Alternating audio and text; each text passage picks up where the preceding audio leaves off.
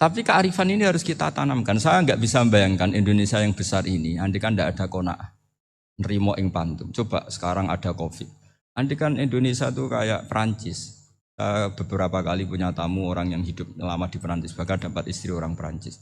Itu dulu nggak begitu mencintai Indonesia. Tapi setelah di Perancis 2 tahun, wah Indonesia hebat. Di Perancis itu kata dia kalau cerita, semua kebutuhan masyarakat itu dibebankan ke negara. Apa saja minta negara, apa saja nyoal negara. Sementara Indonesia, coba kalau Indonesia mengalami seperti ini kok tidak ada qanaah, rimo ing pantum, bisa kios Indonesia. Orang miskin nyalahkan negara, kelaparan nyalahkan negara, apa saja. Ini barokahnya dididik kiai, jogeman nyalahno wong liya. Urip romo ing pandum, diame. Sampai gak ngerti kalau Covid. Banyak tuh orang-orang kampung itu, orang lugu-lugu itu. Mbah niki saking Covid, salam ning Covid, muga-muga umure panjang. Dikira Covid itu nama orang yang ahli sosial itu. Mbah niki dana saking Covid. Matur nuwun sampekno salamku, muga-muga umur panjang. Bingung kan yang nganterin ini. Ini gimana yang mau menjelaskan? Memang nggak paham. Ribet kan. Tapi saya pastikan bahwa dengan keadaan seperti ini kita bahagia, kita stabil, itu jelas barokahnya kalimah tadi, moto tadi atau pegangan hidup tadi. Makanya disebut al-ibarat qutun li'ailatil mustami'in, bahwa redaksi atau kata-kata atau pegangan atau filosofi hidup, apalah namanya itu adalah penyemangat. Penyemangat. Karena kata-kata ini memang luar biasa. Ketika sahabat perang demi kebenaran, zaman itu ya pasti benar karena yang dibela Nabi. Dulu itu kan enak zaman Nabi, yang dibela mesti benarnya, musuhnya mesti salahnya. Jika dulu itu memang harus tegas. Kalau sekarang mau tegas gimana? Yang kamu bela tidak mesti benar, musuhnya tidak mesti salah. Ribet kan kalau misalnya saya tukaran sama Pak Rektor, kamu mau bela mana kan bingung. Saya tidak mesti benar, saya tidak Nabi. Pak Rektor apalagi tidak mesti benar lagi kan? Ribet kan? Jadi kalau kita mau perang sekarang itu mau pede gimana? Enggak.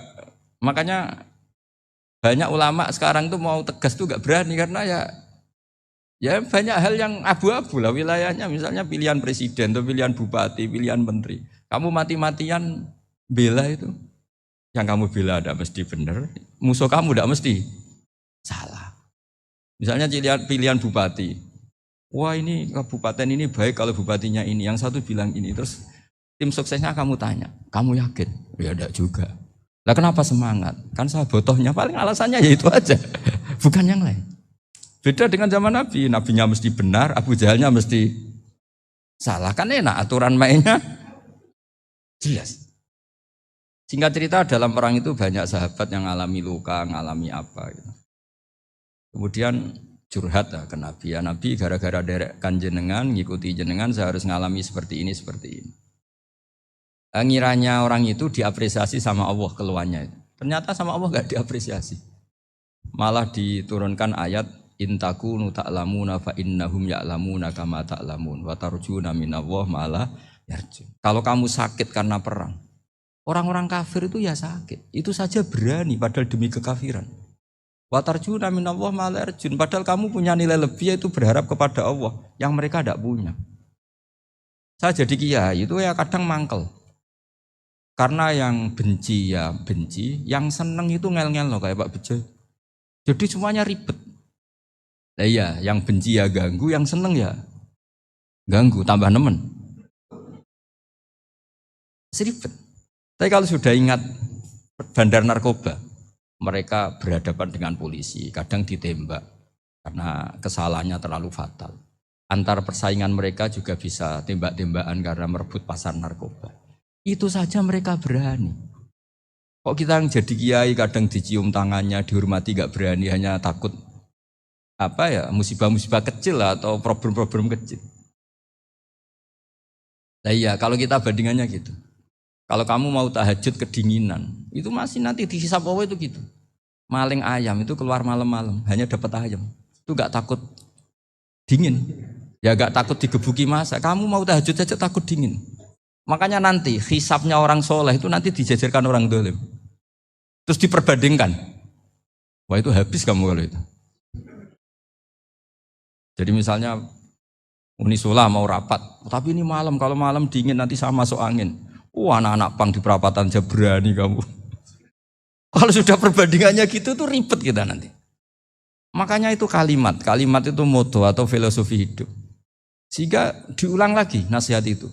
Iyam saskum korhun fakodu masal koma korhum mislu. Kalau kamu kena luka, orang-orang yang nggak benar juga akan kena luka. Itu aja berani demi ketidakbenaran. Masa kamu demi kebenaran enggak berani? Akhirnya orang itu, ya itu kalimat, itu heroik. Makanya kita ini penting ya, makanya tadi himne Unisula dimulai kalimat thayyibah. Karena kalimat ini yang menjaga kita kalimat ini. Misalnya tentang Tuhan. Kenapa orang Islam imannya kokoh seperti ini, termasuk yang sudah hidup di Amerika, di Australia, di mana-mana. Itu ya barokahnya ajaran atau barokahnya kalimah. Saya sebut kalimah saya pakai bahasa santri. Karena la ilaha illallah itu dalam tradisi santri disebut kalimatu haqqin alaiha nahya wa alaiha namut wa alaiha nub'ats. Ada yang riwayat wa biha nub'ats insyaallah taala minal aminin. Kenapa mereka di mana-mana meskipun sekolah di Amerika, di Australia, bahkan di Uni Soviet tetap mukmin? Itu barokahnya ajaran yang benar. Allah itu siapa? Tuhan. Tuhan itu sifat dasarnya apa? Awal. Dia harus wujud awal sebelum makhluk yang lain. Sehingga ketika ada negara yang maju, yang tertib, manajemennya tertib, masyarakatnya makmur. Tapi punya Tuhan yang tidak seperti itu. Tidak awal. Itu sudah gak nyaman. Karena ndaklah keren Tuhan saya. Karena Tuhan saya itu al-awwal. Dat yang pertama. Tuhan saya keren lah, zat yang gak mati. Tuhan yang gak mati, yang gak pernah mengalami kematian. Sehingga tontonan atau yang dilihat kenikmatan-kenikmatan yang lain ini tidak mengubah dia pendirian tentang Tuhan. Karena mantapnya satu kalimat tadi bahwa Tuhan itu ya harus satu, harus awal, harus tidak mati, tidak rusak, tidak mengalami apa-apa yang membahayakan. Sehingga ketika ditawarin Tuhan yang lain meskipun menjanjikan secara finansial atau kemakmuran, mereka gak tertarik. Itu coba, itu barokahnya makmur apa barokahnya ajaran? Barokahnya ajaran, sering negara Islam itu kalah makmur dengan mereka. Tapi barokahnya ajaran ini tetap apa? Tetap Islam. Makanya Nabi Ibrahim, Nabi yang sukses bikin wa ja'alaha kalimatam baqiyatan fi aqibi. Sehingga kita ini bekti sama orang tua misalnya, itu ya karena ajaran. Suwargamu itu karek wong tuamu. Nak wong tuamu ridho, Allah ridho. Nak ora ridho, Allah ora ridho. Ridho wa fi ridhol walidain wa sakhatu wa sukhtu wa fi sakhatil. Sehingga ketika ada orang tua yang agak brengsek gitu, anak-anak tetap hormat. Punya orang tua yang miskin, yang sudah miskin, tukang tombok nomor, banyak kan di kampung gitu. Ya tetap hormat. Coba kalau dari awal kita ngajari orang tua kamu hormati ya, kalau baik, kalau enggak usah. Bisa geger Indonesia. Tapi barokahnya ajaran-ajaran itu Indonesia tertib karena ada ajaran. Nah ini di sini pesantren dan Unisula semua harus berkontribusi membuat ajaran yang benar itu adalah ciri utama Islam. Sehingga Islam ini dimulai dengan ajaran kalimatu haqqin alaiha nahya wa alaiha namut. Sehingga kita tenang seperti ini. Saya ini termasuk kiai yang tenang. Meskipun kata orang banyak saya ini kiai besar, tapi termasuk kiai yang paling tenang. Termasuk yang paling tenang. Karena saya ini pakai mazhab orang-orang hebat. Saya berkali-kali cerita, orang kayak Imam Syafi'i itu orang yang luar biasa. Saya berkali-kali cerita, orang yang tadi nyium tangan kamu ya Imam Syafi'i, di belakang tuh ngerasani kamu, menghujat kamu. Jawabannya enak saja. Berarti saya alhamdulillah orang yang wibawa. Buktinya di depan saya nggak berani. Jadi enteng saja. Diceritain sebagian kampung, sebagian separuh dari warga kamu itu gak suka kamu. Ya bagus lah gak suka saya, gak akan utang duit saya. Di mana-mana orang utang itu karena teman dekat. Kalau gak seneng pasti minimal gak utang, gak pinjem mobil, gak pinjem apa. Berkah mana yang seneng sama yang gede? Jadi dianggap enteng saja. Semua yang dialamin dianggap enteng saja. Misalnya punya istri pemarah, ya baguslah marahin suami. Kalau marahin tonggo malah ribet. Jadi kamu harus terima kasih kalau dimarahin istri. Baguslah marahin saya mah, kalau marahin tonggo ribet. Jadi enteng saja.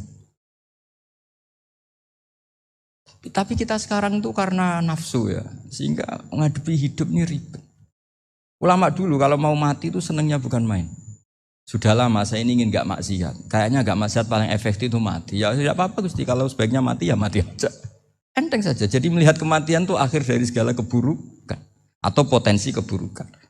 Apapun baik kita sekarang, suatu saat mungkin kita enggak baik. Yang bisa menghentikan ketidakbaikan atau potensi ketidakbaikan itu apa coba? Mati kan? Berarti mati itu mengerikan apa menyenangkan? Mesti kamu enggak berani menjawab.